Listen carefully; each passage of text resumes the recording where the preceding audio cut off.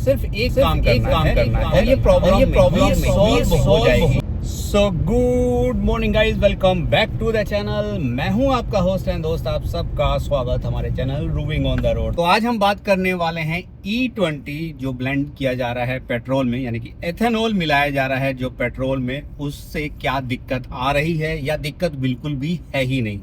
Basically दो पक्ष हैं हमारे पास। एक है सरकार का पक्ष जो कि ये कह रहा है कि E20 की ब्लेंडिंग के बाद कोई भी दिक्कत नहीं आ रही, किसी भी गाड़ी में नहीं आ रही। नितिन गडकरी साहब ने इसको पब्लिक प्लेटफॉर्म पे कहा है। इवन उन्होंने ये भी बोल दिया है कि अगर किसी भी गाड़ी में कोई दिक्कत आए तो मुझे आप बताओ, आप 4 गाड़ियां बता दो जिसमें दिक्कत आई है। ये वर्ड जो हैं वो नितिन गडकरी साहब के हैं। दूसरा पक्ष हम जैसे लोगों का है जो कह रहे नहीं दिक्कत आएगी और टेक्निकली आ भी रही है, लेकिन अगर हम गलत हैं और सरकार सही है तो यहाँ पर एटलीस्ट प्रूफ तो करना पड़ेगा ना कि हाँ दिक्कत नहीं आ रही। ऐसी हवा में बातें करके आप नहीं कह सकते कि कोई भी दिक्कत नहीं आ रही। ठीक है, हम मान लेते हैं कि हम गलत हैं और हमारी जो अजम्पशन है कि दिक्कत आ रही है वो गलत है, यानी कि दिक्कत नहीं आ रही है। आप कह रहे हो ना कि दिक्कत नहीं आ रही है और ना आएगी, तो एट लीस्ट आपको प्रूफ तो करना पड़ेगा ना। तो बिहार के बहुत बड़े यूट्यूबर मनीष कश्यप, जिनको सब जानते हैं, उनकी गाड़ी में प्रॉब्लम आई। ठीक है, उन्होंने वीडियो बनाया, उनकी टोयोटा की हाई क्रॉस ने बिल्कुल रास्ते में जवाब दे दिया, बिल्कुल डाउन पड़ गई। और जब सर्विस सेंटर लाया गया, सर्विस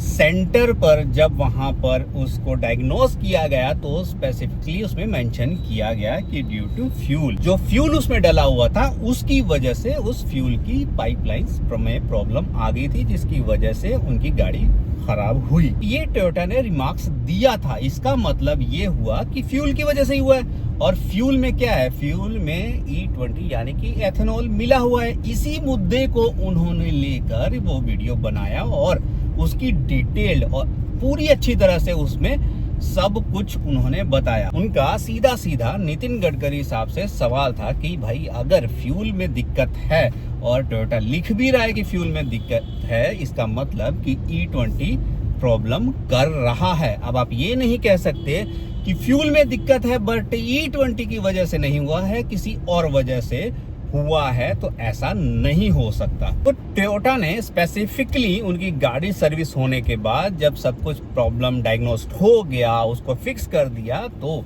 जॉब कार्ड में स्पेसिफिकली मेंशन किया गया है कि फ्यूल की वजह से ही उनकी गाड़ी ब्रेकडाउन हुई थी। अब फ्यूल तो वही है, फ्यूल जिसमें E20 पड़ा हुआ है। अब ऐसा नहीं हो सकता कि गाड़ी खराब हुई है और कंपनी कह रही है कि फ्यूल की वजह से हुई है, बट आप कह रहे हो कि नहीं E20 की वजह से नहीं हो सकती। तो किसकी वजह से हुआ है? अगर पॉल्यूटेड फ्यूल मिला है तो उसकी जिम्मेदारी भी सरकार की ही होनी चाहिए, ये बात समझने वाली है। लेकिन यहाँ पर नितिन गडकरी साहब इस चीज को सरेआम खारिज कर रहे हैं कि इसकी वजह से कोई दिक्कत नहीं आई है। मतलब कि उनका कहना है कि E20 की वजह से वो दिक्कत है ही नहीं। वो जस्ट हाइप कर रहे हैं, पेड प्रमोशन कर रहे हैं कि किसी भी तरह E20 एथेनॉल को भारत में लागू ना किया जाए। अब बात करते हैं बाकी लोगों का। देखिए, ये तो हाई प्रोफाइल केस हो गया, लेकिन इन जनरल भी बहुत से लोगों को दिक्कत आ रही है। टेक्निकली सबने बोला है दिक्कत आएगी। अच्छा, दिक्कत किस टाइप की आएगी? दिक्कत आएगी आपकी एवरेज डाउन होगी। मेरे अकॉर्डिंग ये माइलेज जो डाउन हो रही है वो डाउन 5% 10% जितना मर्जी हो, उससे किसी को कोई फर्क इतना पड़ने वाला नहीं है। लेकिन फर्क कब पड़ेगा? जबकि गाड़ी में अगर कोई प्रॉब्लम आ जाए, आपके इंजन में कोई प्रॉब्लम आ जाए, फिर वहां पर दिक्कत है, क्योंकि वो है मोटा खर्चा। अगर सरकार कह रही है कि वो सही है, समझ रहे हो, अगर सरकार कह रही है सही है, नितिन गडकरी साहब आप भी बोल रहे हो सही है, आप एक काम कर दो ना, आप कंपनियों को बुला के प्रेस कॉन्फ्रेंस में बुलवा तो रहे हो कि भाई फ्यूल की वजह से, E20 की वजह से बेसिकली वो गाड़ी नहीं खराब हुई है जो मनीष कश्यप के साथ। टोयोटा के चीफ ने भी उस पर बयान दिया कि नहीं उसकी वजह से नहीं हुआ है। तो एक काम कर दीजिए, सिर्फ एक काम करना है और ये प्रॉब्लम में ही सॉल्व हो जाएगी कि अगर पेट्रोल की वजह से कोई भी गाड़ी खराब होती है, कुछ भी ब्रेकडाउन होता है, तो इंश्योरेंस क्लेम मिल जाए, बात खत्म।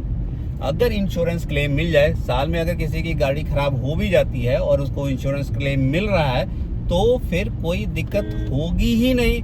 अब मुझे एक बात नहीं समझ आ रही कि अगर कोई दिक्कत नहीं है, अगर गवर्नमेंट कह रही है कोई दिक्कत है ही नहीं, तो इंश्योरेंस कंपनियां क्यों नहीं इस बात पर आगे आ रही हैं? समझ रहे हो? इंश्योरेंस कंपनियों को तो आगे आना चाहिए ना कि हाँ ठीक है, कोई दिक्कत नहीं है, ठीक है, इसको कवर किया जाएगा इंश्योरेंस में।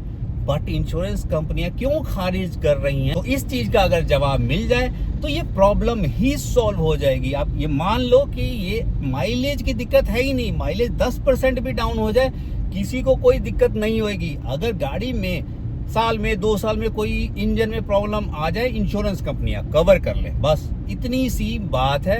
अगर नितिन गडकरी साहब आप इंश्योरेंस कंपनियों को बोल दो कि ये चीजें कवर कर ले, बात खत्म हो जाएगी, और कुछ तो करना नहीं है।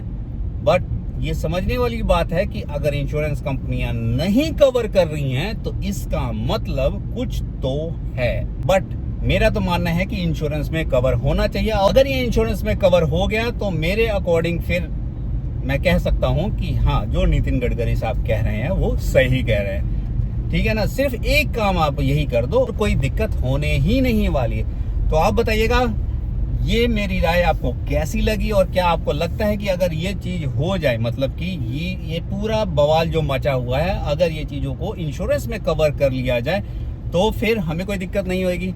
कमेंट करके बताना क्या मैं सही बोल रहा हूँ या नहीं। अगर वीडियो अच्छा लगा हो तो लाइक करना, कमेंट करना, सब्सक्राइब करना। Till then bye bye, take care.